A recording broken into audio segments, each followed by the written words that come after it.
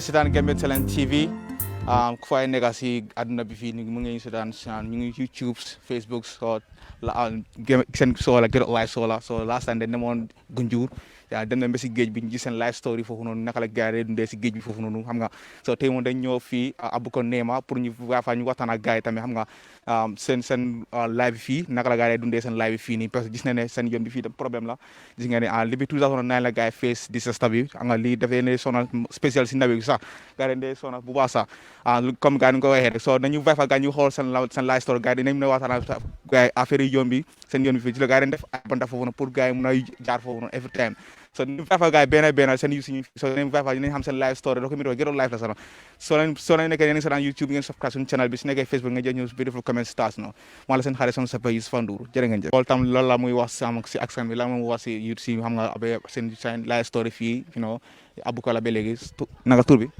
man Sadio laa tudd Sadio Santa Sambu man Sadio Sambu so da nga am ay nit ñu la galen léeg-léeg mën a nickname boobu la non suma nickname moom xam nga léegi ma dee dóor si aar bi ma ooy Ajos Press man Ajos Press so ñu bari foofu lañ xamee foofu lañ ma xamee even xale ndaw yi sax xam nañ ma si tur boobu noonu Ajos Press man so yow fii nga nekk Abuko fii laa dëkk fii Abuko la waaye xam nga comme léegi nii pour ñu mën a ràññee koñ bi daal ñu ngi ko ooyee Balin City waaye xam nga comme wut bi fii di nga ko kono lañ ko de ooyee di nga ko kono lu ma gis pax bi ma gis waaw pax bi nii man di nga ko kono so seen pax bi ñaara yées ngeen commencé gis pax bi commencé di ta ñëw lii nii fii di gën a développé muy gën a xoot nii xam nga waaw bii léegi xam naa pax bi léegi dina fi mën a am 12 years nag 12 years for sure so naka ngeen di dundee si affaire boobu noonu because xam naa ne taw bi su ñëwee sax xam nga taw heavy rain suñu nekk naka ngeen di dundee si loolu fii brother man dëgg sa laajte bi neex na ma trop ñun lu ñëw dundee fii dafa métti de su ma la ko waxut sa yow sa yaa ngi nii xam nga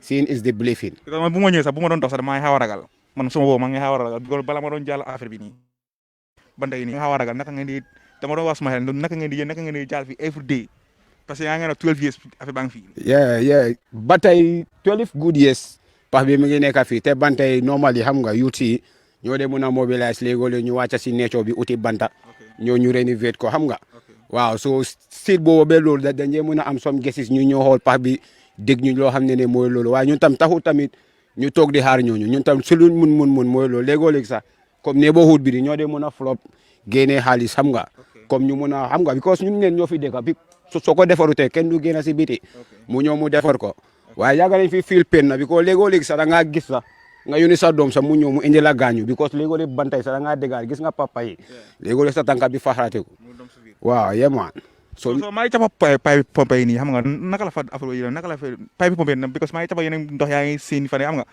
dafa mel comme pipe ñoo ne nga di bana foofu noonu ok comme yaa ngi gis comme pipe bi pompe yi nga wax nii pipe yi dafa dawoon straight léegoo-léegi sax pompe bi sax su amul pression ndox du egg yaa ngi gis pipe yi yëpp ñu ngi si suuf léegoo-léegi gars yi koñ bi dañoo jël i bi dem di rote si biti te xam nga loolu métti na pompe kër yi fii ñu ngi am pompe waaye léegoo-léegi gis loo pipe bi mu ngi si suuf soo amul pression du mun a egg waaw soo yaa ngi gis soo i difficulté si dañuy mun a am si neighborhood bi fii so bi waxu leen ko si yeneen distance yi nga xam ne kon ñu ñëw xool fii xam nga waaw comme pax bi daal yàgg nañ koo claim because fii ñu ngi am fii i councilor dañoo ñëw seet pax bi waaye at the end of the day ñun duñu dégg dara waaye ñun dama laa wane ne comme man personnellement tooguma pour xaar kenn waaw du ma toog tamit wane nguur bi laa xaar fu mu ñëw jàppale ñu comme yow nii comme ni nga ñëwee tey fii nga ne pax bi comme fii koñ bi ni la mel ku si mën a dugal loo xam wala nga mun ñu jàppale rek jàppale ñu daal waaye tooguñ fii comme ñun nguur bi la ñoo xaar lii la ñoo xaar because suñ toogee di xaar loolu suñ dara du dox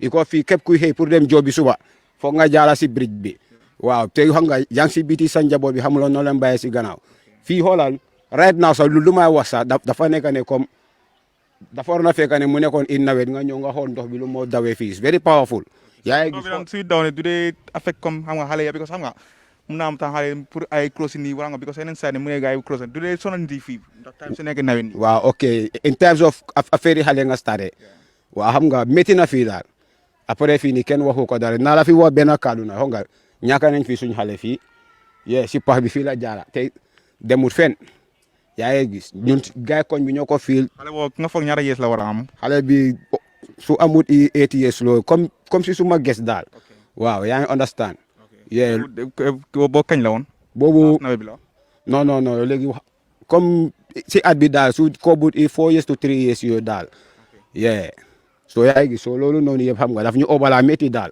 xale bi nag lan la ndox bi after ndox bi yóbbu ko non fii kay doo mën a explain daal kon ndox bi daf dee mën a dugga ba suñ biir néegi so pax bi nii right now pax bi nu mu fi amee nii moo tax ndox bi day ñëw straight mu dem si géej bi waaye time boobu noonu da ngaa tëdda sax ne guddi sax su taw bi di wis da ngaa paak sa njaboot yëpp dem dénkaane leen beneen kër so xam nga ñun soo foree so xoolal bi nga fii su ma la waxut dëgga fii kenn du la wax dëgga man fii laa juddoo fii laa yaro pax bi bu moo yaaxu ak lu moo anything yëpp maa ngi ko fi witness yaa ngi ma understand su ma la waxutee doo ma wax yee waaye nekku ne comme affaire yi magante la de waaye loo xam ne daw la dama ko seede fii te witness ko la yaa ngi understand waaw so yow la nga def right now comme as a living what do you do in a living kalano man waaw la nga comme la ban façon liggéey nga def ak wala yaa ngi jàng wala waaw right now maa ngi am suma skill work maa ngi def platar white ceiling laa dee liggéey xam nga waaw white ceiling design laa dee job ñaata at nga nekk si white ceiling white ceiling design so fu mu nekk maa ngi dem si 2 years right now waaw yeah waaye si next minute bi tam dama dee mun a play door si art bi tamit xam nga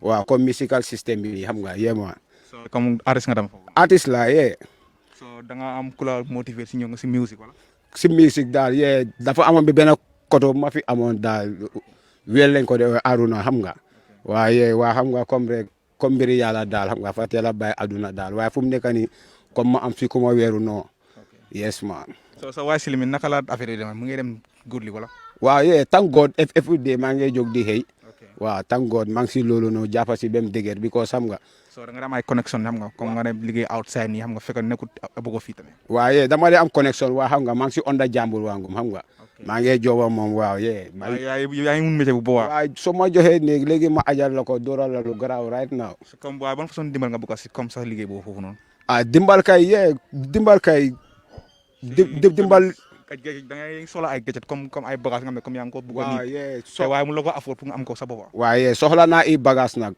soxla naa i bagage tam te bëgg naa si jàppale tamit te xoola si lu ma nekk tam bëgg naa si téye ñaari loxo tam pour mu nekk li nga xam ne xoola suma feature yi ak sound bi moom du ma ko mos a bàyyi gannaaw su ma woyu sax suma own personal doom dafa woy suma doom dafa woy te artiste fii dañoo jógee si biir koñ bi maa la ko promote yeah bu baax a baax te foundation boobu mu ngi grow waaye xoola anything maa ngi ko def underground waaye mosuloo plan comme dem Bagway tamit Bagway suma first plan in foofu la bokka moom sa plan waaw dafa plan bi waaw xam nga chain ba dog rek xam nga waaw yéen dama hook affaire yi after chain bi dog yeah waaye still now xam nga waaw maa ngi keep the faith xam nga te maa ngi struggle anything nag yeah waaye yaa ngi ay xarit xam ne ñu ngi dem nañ Bagway ba gars yi succeed waaw yeah every time maa ngi dee ak gars yi si biir koñ bi fii lañ jógee léegi sax dañ ma dee laajte nii comme nawet bi booy naka koñ bi nii xam nga yeah because da nga ñu na fii lañ la gars xam ne lu nekk fii tamit my bro xoolal gis nga fii nawet fii taw dafa taw fii youth man yi soo nekkee sa néeg di déglu sa musique sax taw bi dafa taw sax da ngaa fee yëpp nga dem pour dimbale njaboot yi nga xam ne ndox bi daf daan dugg seen néeg gis nga kër yooyu gis nii flow dafay am foofu noonu xay seetal kër bi xapati bi yëpp ndox moo ko yóbbu kër yi rafet ngay gis nii yaa ngi understand ñu fiste woon ñëpp a toxu xoolal léegi da ngeen a génne bagage si biir néeg balaa ngeen génne sax néeg bi mu tas fii nu nekk lañ fi gis brother man fii man personnellement man kuy wax ak yow sax dama doon ñaay pax bi pour dem dimbale ndox mu yóbbu ma waaye dama xam ne suma bés a jotu te du ndox bu ndaw de dëgg laa wax nii real thing man so nawet moo ngeen di am jafe-jafe fii bu baax mi nawet mi noor yëpp dañuy am jafe-jafe because right now mu ngi nii ba tey ñu ngi dee amuñ benn sponsor ku ñu dimbale su ma amoon doole te I can do it waaye amuñ benn doole xam nga soo leen di uti dimbal ba mu son dimbal ngeen bëgg a fii comme ñi ngeen mën a sati fii papi nii waaw ñun dimbal buñ bëgg a kay first thing because xam nga léegi road bi mooy suñ bés suñ first thing because xam nga kenn ñaanu ko ñaan emergency mën na laa téye night bi xam nga road amul fii nii because léegi nawet bi sax taxi du mën a àgga ba fii sax yaa ngi understand so yooyu noonu yëpp xam nga yooyu noonu yëpp mu ngi dëkk si koñ bi ñu ngi ko yaaga muñ nag so anything daal xam nga so ñun kay mooy loolu rek léegi soo amee chance nga mit ak président bi loo ko war a wax si Abuko fi président bi kay man kay lu ma wax rek waaw xam naa mu ngi laa seetaan waaw président bi na ma seetaan man suma koñ laa nekk yaa nga understand yal na ko yàlla may jaama mu téye réew mi si jaama ñu loolu rek lañ ko ñaan waaye lu ma ko wax mooy naga try ñu gestu ñu dinko ko no billahi bola tala ñun dañ sona du bëccëg du guddi du ngoon yeah moo tax ma joxe benn freestyle xala su fekkee ne Adama Barrow si boppam ma seetaan yeah jox ñu freestyle bokk yeah ma ne la goto bi wayo goto bi dimbar la ñu goto bi dinko bi wayo dinko bi dimbar la ñu dinko bi su taw bi di taw si guddi sa xel du dal nga bëgg yónni sa doom sa xel du dal yow mag bi sa di jàll diggee ma moytu ku nekk mu ngi waaru ñu ngi dëkk fii si koñ su néeg yaa ngee daanu suñu yoon baa ngee yaaxu ku nekk mu ngi na em foofu because xam nga graban ko fii ñu ngi yeah man ok so la mo sa mujjane boobu sa ñu seetaan xam nga sa mbokk yi ñu seetaan ak sa morom yi tamit am nga ak sa Abuko fii tamit waaw yeah comme lii xam nga maa leen di jaajëfal ak seen ñëwaay bi rafet na lool xam nga yeah man xoolal man lii laa dégg naa bugg a suma koñ daal xam nga comme seen ñëwaay bi moom yal na yàlla yokk seen liggéey mu gën a dem si kanam xam nga waaw comme loo leen xalaat si seen life yal na ko yàlla def dream come true waaw dama leen naa wane ne all the time xoolal ngeen traité ngeen fàttaleku ne xoolal ñun yëpp si benn crise bi leen jógee so kii du enjoy kele du jooy wooyaa yoo te élection su jotee fii amul kenn kuy nekk fii demu sànni karta yeah mi councilor election mi président mi any kind of election ñëpp a dee represent waaye after loolu rek du njee gisaati dara te man du ma jox big man bi ne problème bi si moom la because guys suñ ko wonuteel yi moom du xam fii yaa ngi understand waaye ñun du ñoo ñaan moom kay ñu am dimbal si suñ koñ bi laay dañ oba sona yeah jërëjëf ok lii la wax Ghetto live sola ba ñu vibe ak keneen tam ñu xool tam ko doon live story la mun a represent fii Abuko nema fii xam nga seen sola ba ñu vibe ak kii tam ñu xool la mun a wax foofu live story am bi ak ak tam seen Abuko nema fii xam nga parce que gars yi war nañ fa lu bari si pax bi noonu ba ñu vibe ma to di ma Toto Suleiman Sanyang. Yeah. Ita fana mu yusolte jang. Of course, nda fana mu yusolte jang kay. Okay. Yeah, ndeke ba ta janne kabrin dinding. Okay. Ngana school te abe ka janne. Bari jang comme na ke ba fulol tamite ko mul fo nyame. Nga bata jamata ke janne about this bridge. Okay. Nimbiri jo ni aji be ndela school whole time. What sort la del nimbira kan school. Na koto kelle kantal bamu yang cross ni jang. Okay. So ba jala sino kama purji wotumo bridge ni manken on interne. Okay. Last minute la bridge on attaquete but in those days e ke ma ko le cross ni eta. So wokono nga dimina ku jama soro because time soro defo bon no school man cross no because woli mo geo float tele fasanto man float no ngam mirale dindin jama la tamita nun jang min banta ngam mira nin fanan ko betam mi la jang geo sitam mano ngam samba anu nay samba ni wurta fang mota hañi la ka bulo geo ko because geo ñu ni mboro men bitaka ni ay no si moy ay sembo ba soro ba broda o muni ku ya balte no so mbe daniro nyin la institution jama to mi yalan ko ni se de maro natina nyeno about this bridge e bajale o be kontan ko natale hanim mam bridge o soto no komodo bar nga normal soto mi yalan ko nimbe fente la fang ba comfortable lale e bajanta silan ko soto ni na merol beta marché to fang e ke kule because what ni meke ko yeni ho jale isingol karta bulaje so ka jantal youtube nga min trainu na level bus nga kele every sunday nga fintele nga na jambe clean ni nga clean nga be jani pour munne pour isaje mole healthy soto mol so balu kendo soto no jam ya mire ni ajibe jani ndingol be marire kam betan because susulal kam batandi bakale because wotu monu ni nata jayta belief la jambe mu nyamulti nyamu ko fa janna tep hani be tambila jang ike nungol muta bari bajal wado nimbe sirin dal be sila janna ngana atayal jonke because jelna yate mandula soto be sila damendo so fo nga si janne ngana atayal jonke bajal ni serol min be kadu aka dun janne susulal kasiyaje manin jiol sanan jiyo talata bar wotu monu jan jiyo kasiyale ado aka danjana ma fani ma jam betinata susulal kam batandi bakale so munna ni ku yada bati mi yalan ko ngo soto janne ya so munna ni ku yati mi yalan ko tafta kafo isaje nyatara nu government man so ko nabe njibela e fanan salo wo nyama because jamala nata jay tambita ja yeni dinko je ya je ye promiso di molla nel ni ala carte dina nin sita menina kala bar nin carte nata ni sita kanyina nal because mbolo fala because ni sita kanyina nala because ni ajibe carte je la fayda ni brijo ni manke no brijo ti halani say because kabrin 2009 woni bi ngamre almost 12 years wo muni ko yalde so please be dan ronat la man sakunda ni sem mako yem mako because intel usual min bijam honestly intel man si ka man sakunda batu man do batu because ni nga batu no bi ni brijo ndi min bijay tajale no nya so intel ka takul bakale ka struggle level best ngamin soran ka ke jande so munan ni ko yata billahi lafta min fola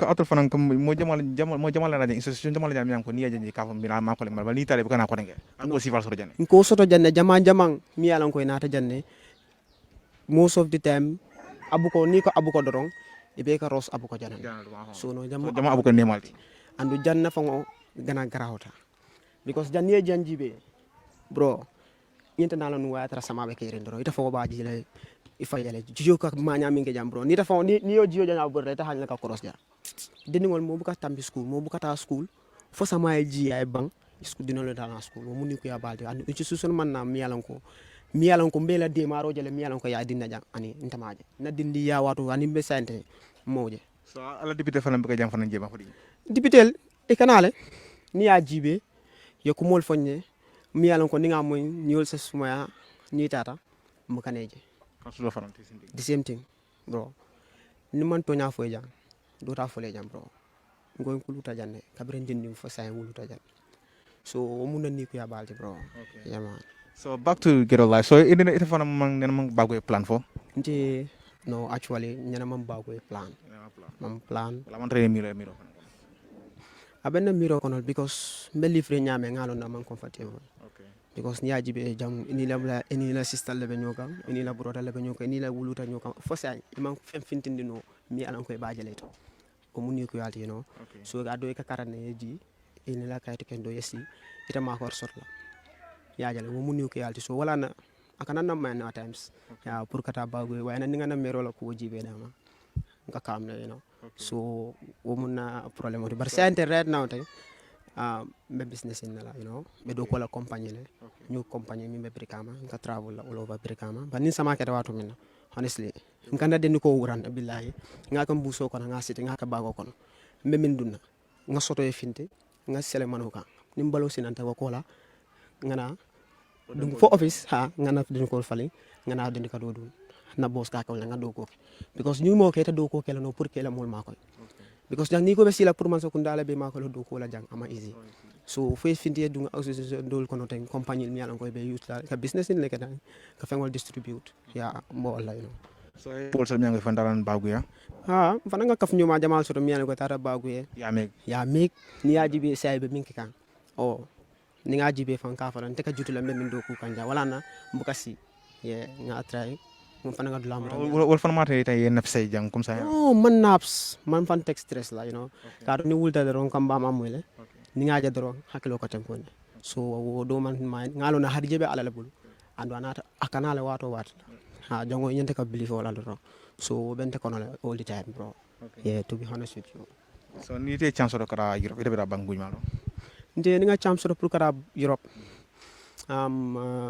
bela flatala Swiss Swiss yeah wala Angleterre da yeah so ni chance do ka pression mi be mina fulay defana mina fulay ba sero na la jam fama jang kenya nyam ba fulay ndako ay mako jam because mbe janna fulo fala because ni aja mba fulo la jan kenya be o garawri nan balu nya ko layata hani manu boro sam pour ka du de jay très bon day ba mutalal mo fulal ya struggle because ama me fan kunun doron dokoma collapse tam buri jam idara programme le fintra collapse ta pour ka fintine ja billahi wala bro it was very terrible nga sikale fan ko ñoy banko ta na lafta kanala do jam ta do som because nal ko alba kalal jamal ta kilimba boyla so nga ko nyama nga struggle so o tabat na la fanam badan la bake ay mako rola mi yalan ko at least hana man jambe fa no ñe bari nga sele soto mi yalan ko nimbita na hajol la atana hajol tinala anu nimmo be tambela fana ibenala hewo ni hewo sotna jam dolbi je e katale bambu dolbi je buka som fay jija anu nin samale kono itita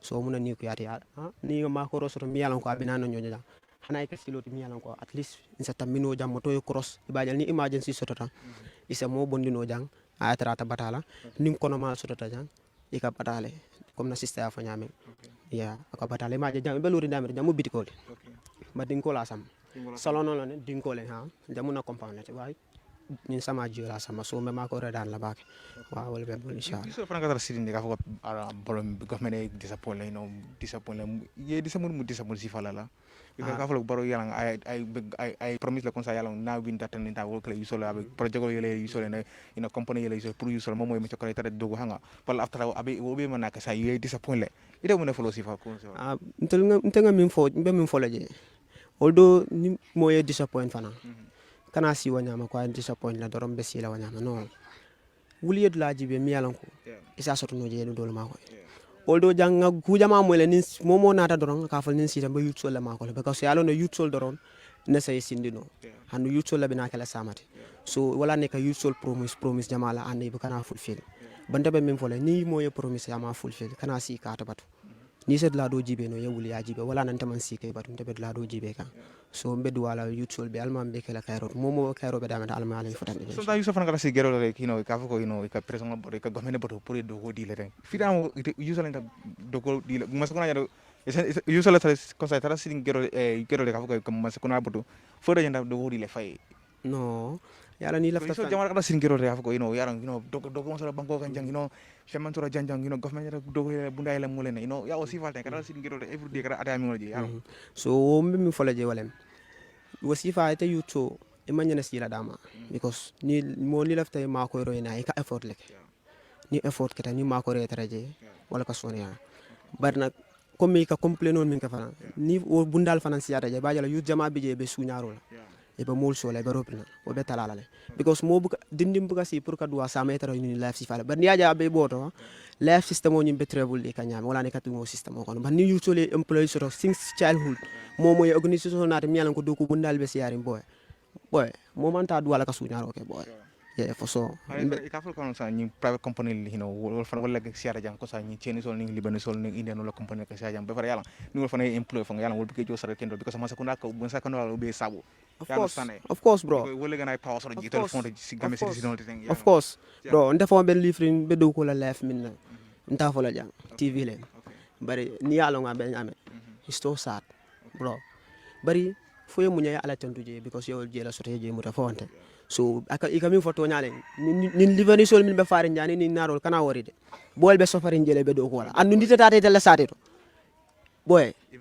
ibuke check yake faale boy yake tora andu ni tele be janne boy be min diate ko la soto e ko min diate ko la soto jang andu ikana yutsole ka do ko ke min diate ko di yutsola because munan na yutsol be accept kam because e mandula la soto ning government mom te kaminje e bukantel consider som because modul boy because ni ya imagine you company na update doro ite buka jibe ila do ko dingol ila do ko system wala je ya understand because ni ya jibe company boyal kam fa to nyalende ye nga boyal ke blame wana adola ser bari kuma dol bi je to nyalende because ite lalo be lifre nyame yeah bro respect okay so ite fana be mun soro ñin déposer son do ñala bol mi dipot nang yalla because of yalla mo jamal ka fol ko bol yi bamale le ko dawa fli ren ni sol wa fli yalla ko bol sama bel so ni tara dins mi ke bur nang ko nang ba ni bur nang ko fan ki ñaka asile ka traw ñawo si fa ka bo jamal ko stress si fa na bo jamal fon ko ñaka ma fon yalla i ha ko tondal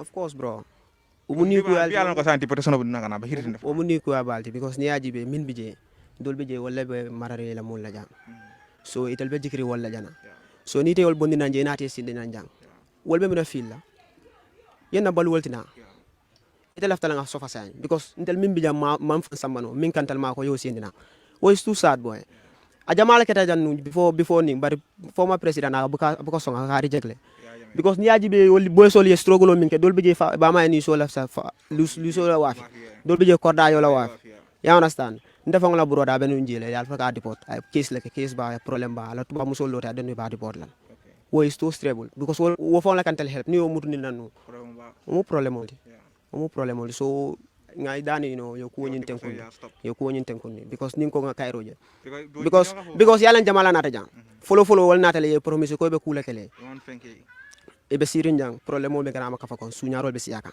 nin dol fanay ko elena wotu mo suñaro be ko talat bara jiba ka e kana increase e ka mol dipot na na esi ban la sore fo e dum ropin le ku bal kay no nga broda je miyalan ko ay megle bara kabra na ta jan sa ala banta kay suñaro dolo mi ndoro stress wore so ye janta mol ma ko wala yo ko ñu stop yo ko ñu ten ko no bol ba me kan Europe le bro, bol ka ko ñay ma sa fana ko ko no itole fel wala la fa Yusupha ne fel no bari ntama je wonyama bari ya laftala yo ko ñu ten ko ne dama ya understand yeah alright so mun tele final ko la mo no la fana wote no masa kuna ni yusol ni ala jam fana mi jamte mbal tendula because al nata pour kan help al kan ko ol fintinde même sa kuna fana tendula because abe do ko bala ba do ko nyim fana mba fala ma ko daron ay abuko fana jibe abuko ne may ma ko ina sila ken do soto ba do ko mo ma ba do ko wala yeah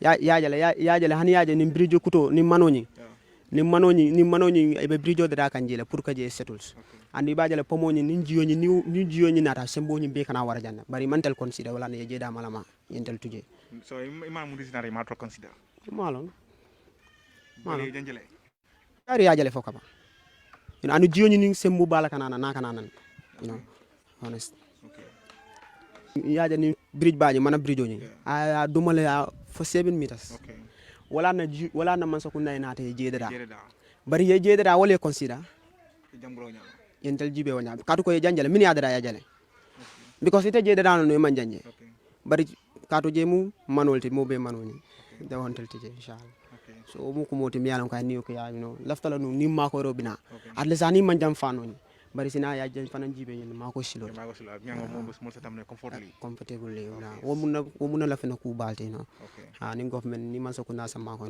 ni so lak sala fanando youtube fana ye ma ko do ko bundal yele nyam yalan ko sam fam ma ko ngana wululal ma ko because youtube sini ya je biya ba wulla be takulla pour la famille len because this is do moro ke kono fa bani aje be takul la pour la famille so ma ko ro dan la je ba kay inshallah so nato la tam mo ko la outside albal ma ko almum ma ko sifal outside tan kon la tam ma ko so ni desperation sifal tan ma ko ro dan la pour dunia dawa da nak amanke gambe da ma kono anen gambe bantala parce que ma ko ro meta dan la gambe janno bari manku je no je nyaato yaajale bari mbeddu dani ro kala me ko natran sa soto no bantala bankol to in Europe foreign country America ni sa do mako da soto no je ye mako na silo nyin jibe ni sa mako ne fen mi yalan ko asana silo tambalo nyaato pour nga sila ken do soto no jay pour nin bita na mol be fentila nga fenti with comfortable baajale mo tesila nda soto la deni wol sitano school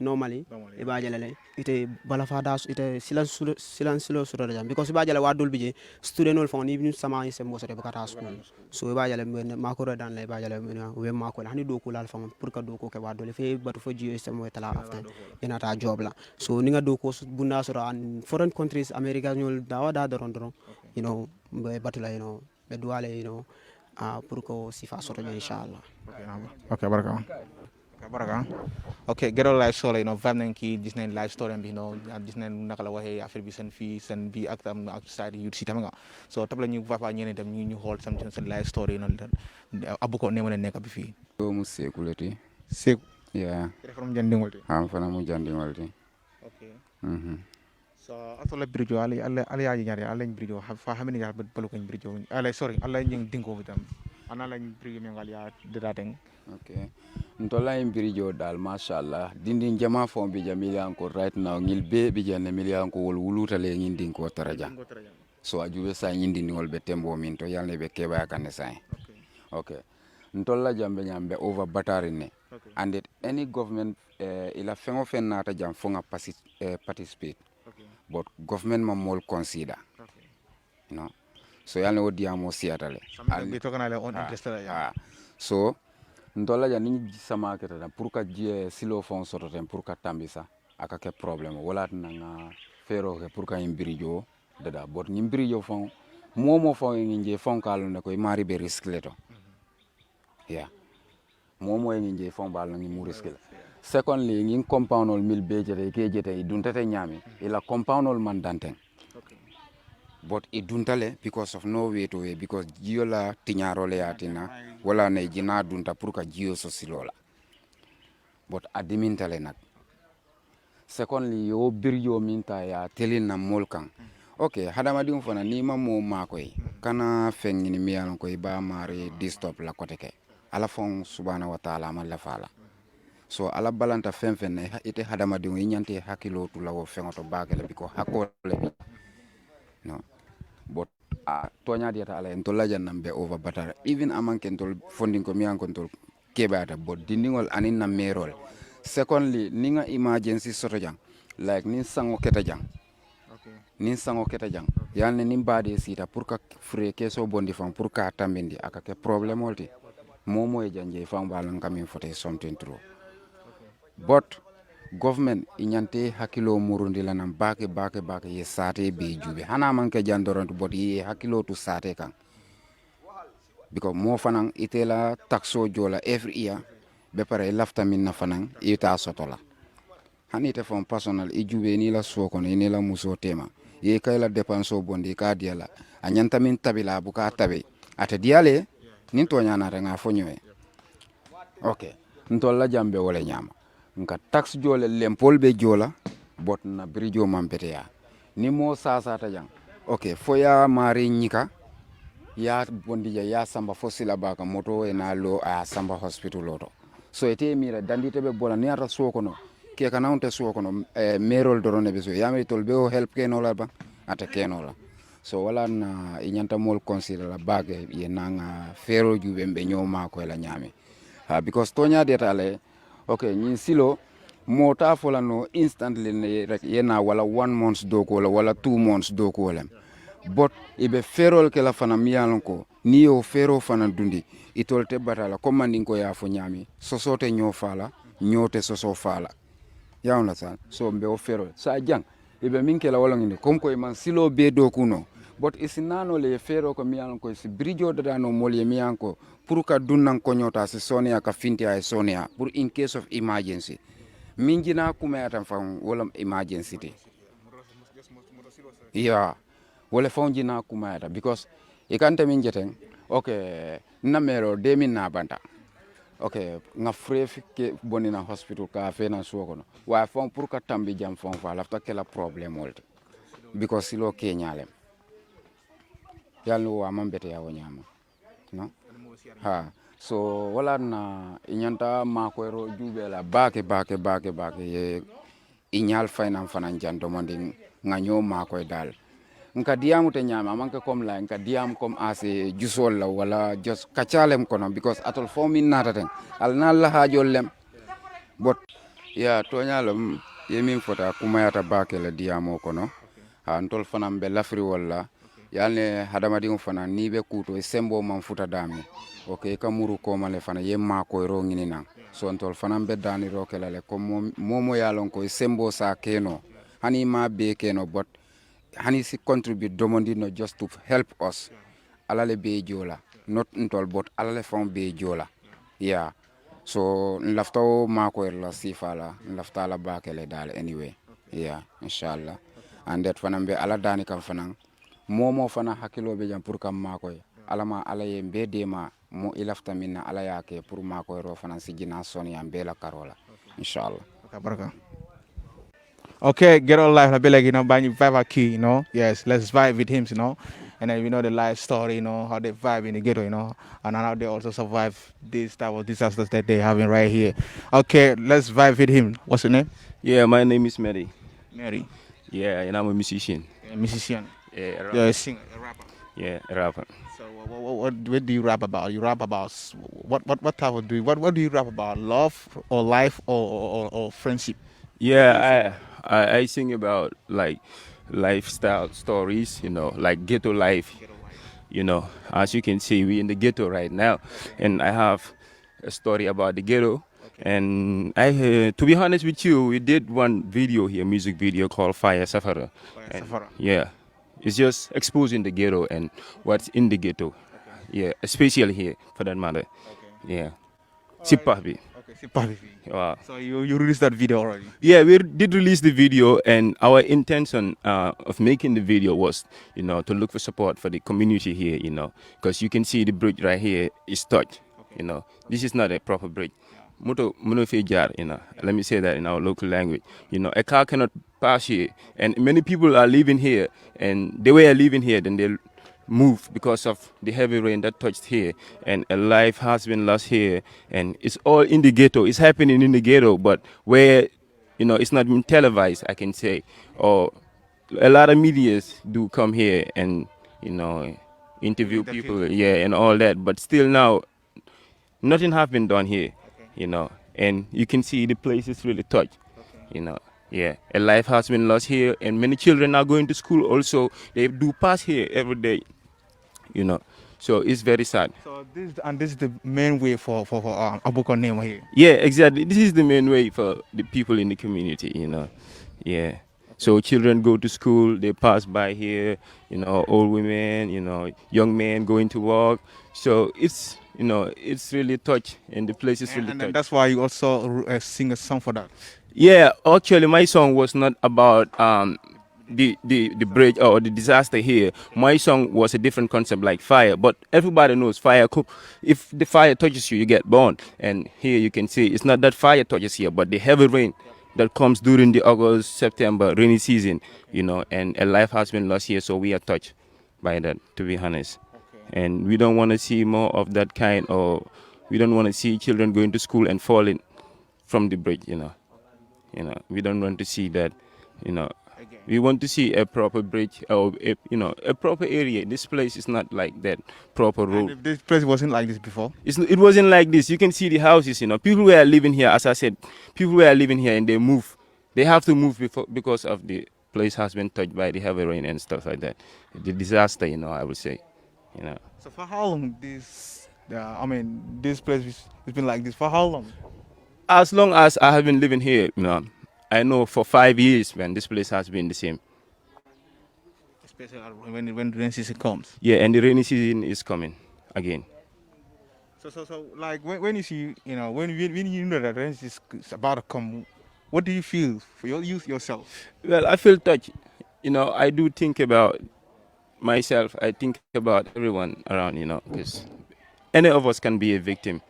I live here. It's not like I'm living somewhere. I live here, So I also feel touched about it, and I feel moody, I will say, anytime I come around the ends, Does other people plan to move, to leave these sites? Yeah, to stay in other areas? Yeah. I know many people that will say they will move if they have a better location or a better place to stay. Okay. So, and then, are you not reporting this matter to the disaster or the government by the way? Yeah, the matter has been reported. For example, you people are reporting right now. I think, they will see what you are doing, and it's a good job. So we are urging them to give us a feedback, to look at us, our condition in the ghetto here, This is a community, and it's a big one for that matter. Abuko is not small in Gambia, Okay. So I think they have to check here, and yeah. Okay, back to the ghetto life now. And then you're an artist, right? Yeah. And then you're a rapping musician. You're a musician. And then you rap. Yeah, I rap tight. Yeah. You rap tight. I rap in English. For how long you been into music now? Yeah, I've been doing music for like a decade. If I say a decade, it's like 10 years. 10 years. Yeah. 10 years. Yeah, I did my first single 10 years ago. Who did you look into musical inspiration? Who do you look in a musical inspiration? My brother was a musician, and I followed him, his style, and I become a rapper too. He was a rapper. He inspired you? Yeah, he inspired me. Okay. Yeah. So he is Mother. He's his name is Motherville. He's the one who shot the video that we shot here. Okay. He's now doing music visuals, music videos. Okay. Yeah. So how was the pressure before shooting the video?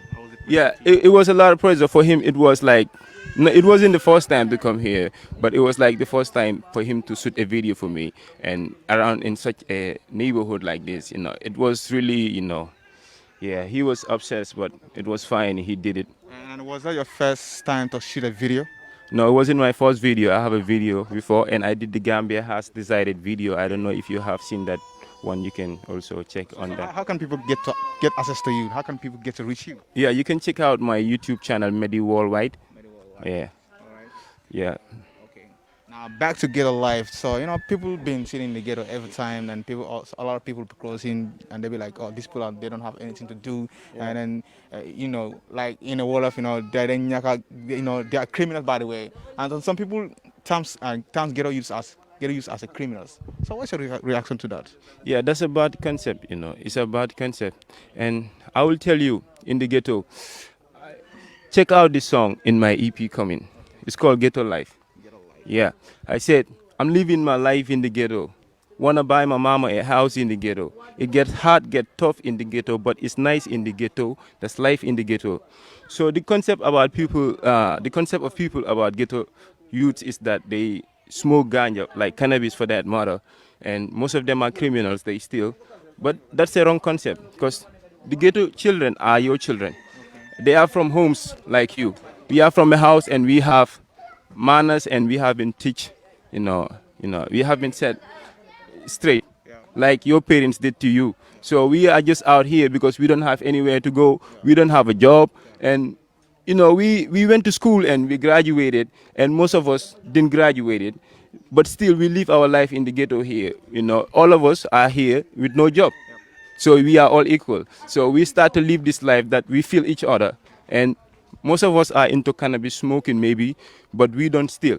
My neighborhood, we don't do that. I would say the ghetto people. I'm representing the ghetto people right now. So we are rebelling against the system because the system is being built in a way that if you want to be independent or you want to be free in your mentality, it's like you are a ghetto. You are ghetto. They will say you are too ghetto. Because you are out in the streets here and you don't have a job for like 4 or 5 years. So you are used to waking up and coming to the ghetto, sitting and brewing attire, so exchanging ideas with people. So that develops you and you become a more mature person that if you have any other thing to do like a work, you become more mature in doing it because you know that the ghetto life teaches you reality. So how does your parents feel you coming to the ghetto? Does they push you hard every time? You always go to ghetto. You always Does they push you hard all the time? Yeah, Does yeah. does it give you praise, a lot of praise about you'll be feel sad, they be feeling bad seeing you at the ghetto. Yeah, yeah. My parents did feel really bad, I would say, because I was sent to school and I was sent to a very good school and expensive in a case, you will say. They spend a lot of money for me to go to school and be in the office, and I am in the ghetto right now. I am a musician. So I will say, in other words, my parents are not too happy about me being in the ghetto because being in the ghetto is the reason I become a musician because it's what I see in the ghetto is what I rap. So I'm sure they are happy of me, but living my life in the ghetto is not something they will be proud of. But they are proud of me as a person. I am, yeah. So you ever been to Europe before? No, no, I live my whole life in this country, Gambia. It's Gambia I know, and I live my life here in the So ghetto. are you planning to go this way, back way? Do you ever have that plan before? Like, it's say I'm a ghetto youth, so let me plan go to Bagway, because my fellow students are in Italy doing a lot of things here, building like beautiful beautiful houses, and you are still in the Gambia, you know, maybe some use those things.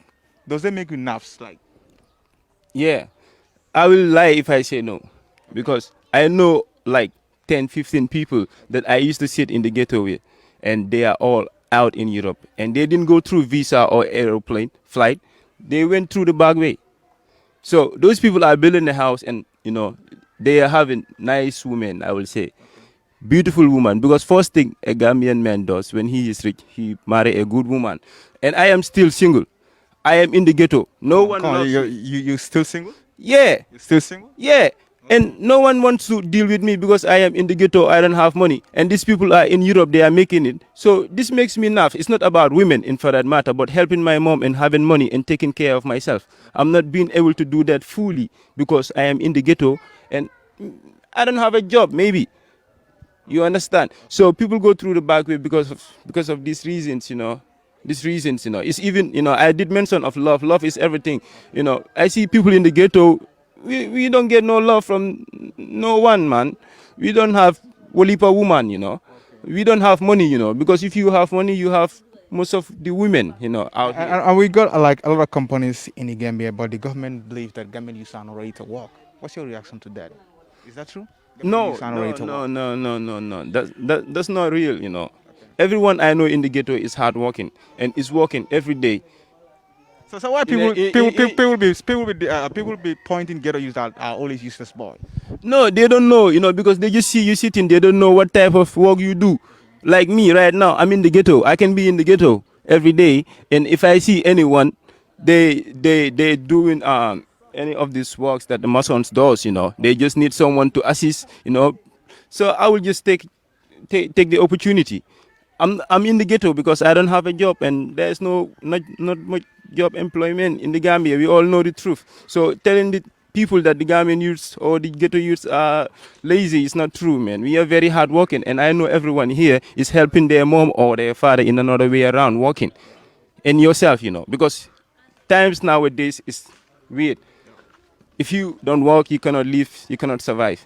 And some people say ghetto youths are the ones spreading COVID-19 to each other because they be gathering into the ghetto, bringing attire, passing, chatting to each other and other stuff like that.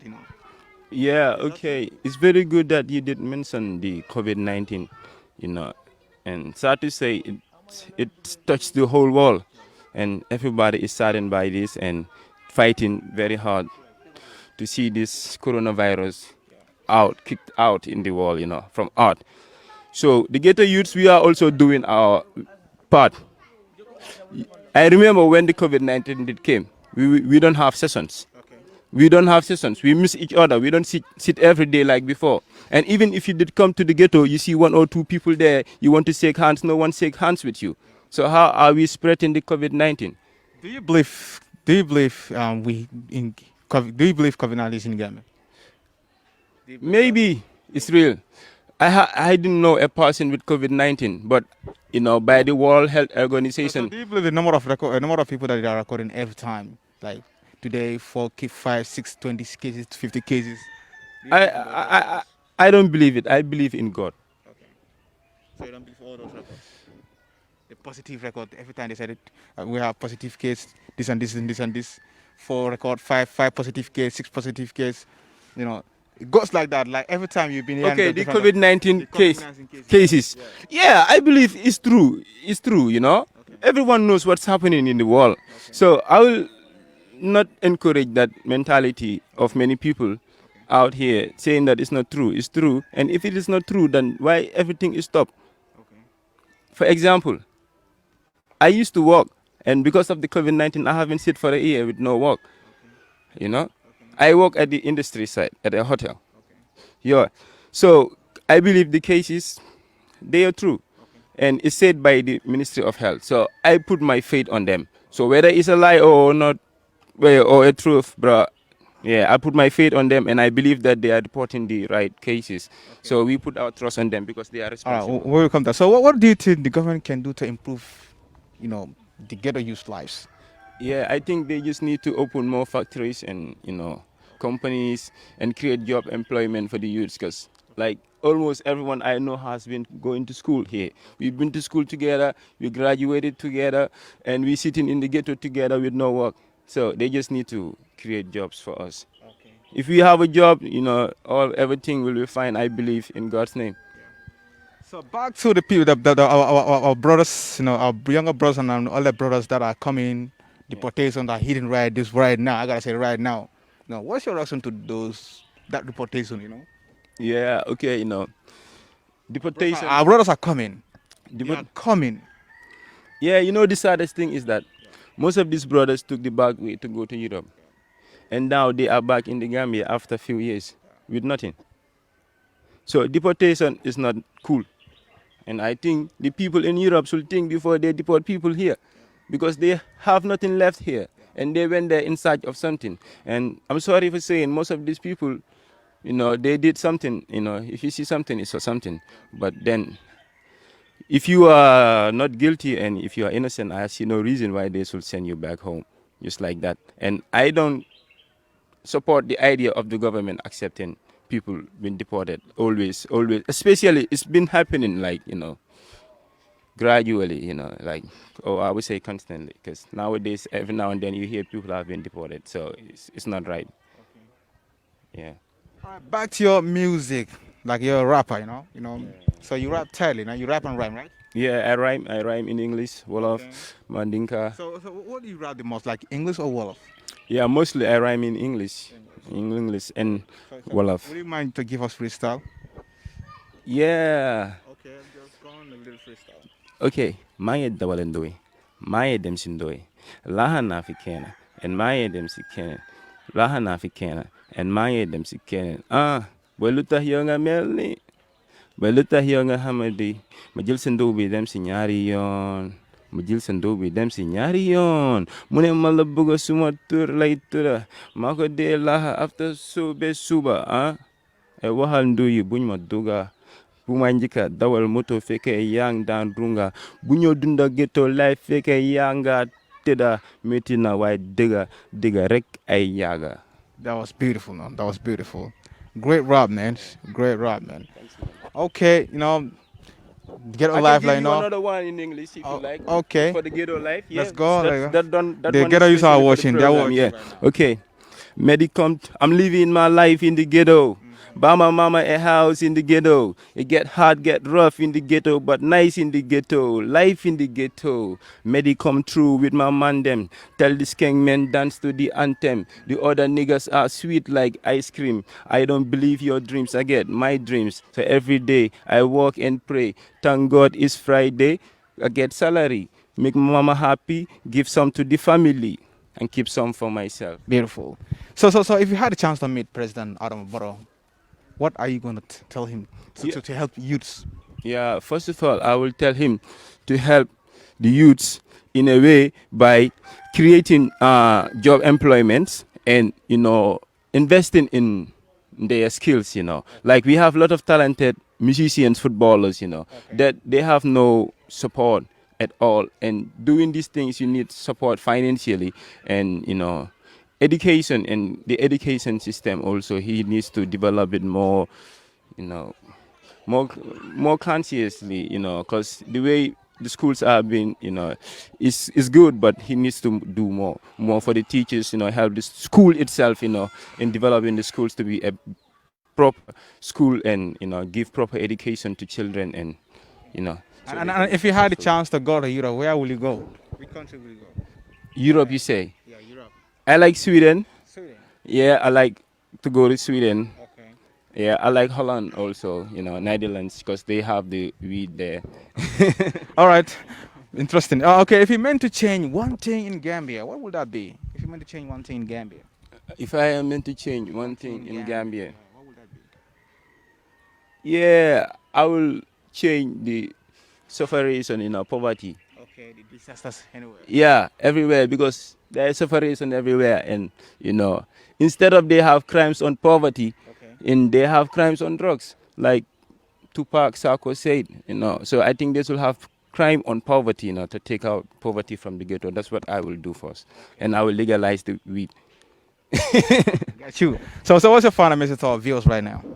Yeah, I want to thank GTTV, and it's been a great interview, and I'm really glad, because you come to the community for the people here and the ones out the world, Okay. to see what's happening in the ghetto, and this is a proper example. I will tell you, this is the best ghetto story you will get from Gambia, because this is perfect example, You can see how the place been touched, how we are. You can see my people behind. Shouts to everyone. Sumandoi, they were here, most of them left, but you can see we are here every day in the ghetto. It's the ghetto life. Thank you, GTTV. Thanks the whole Gambia and worldwide. It's Medi Worldwide. Remember to subscribe on my channel, Medi Worldwide. Medi Worldwide is here with me, Medi Worldwide, a rapper, Yeah, man.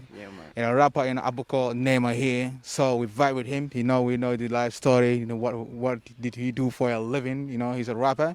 If he meant to change one thing in Gambia, he said he would change the poverty. The poverty.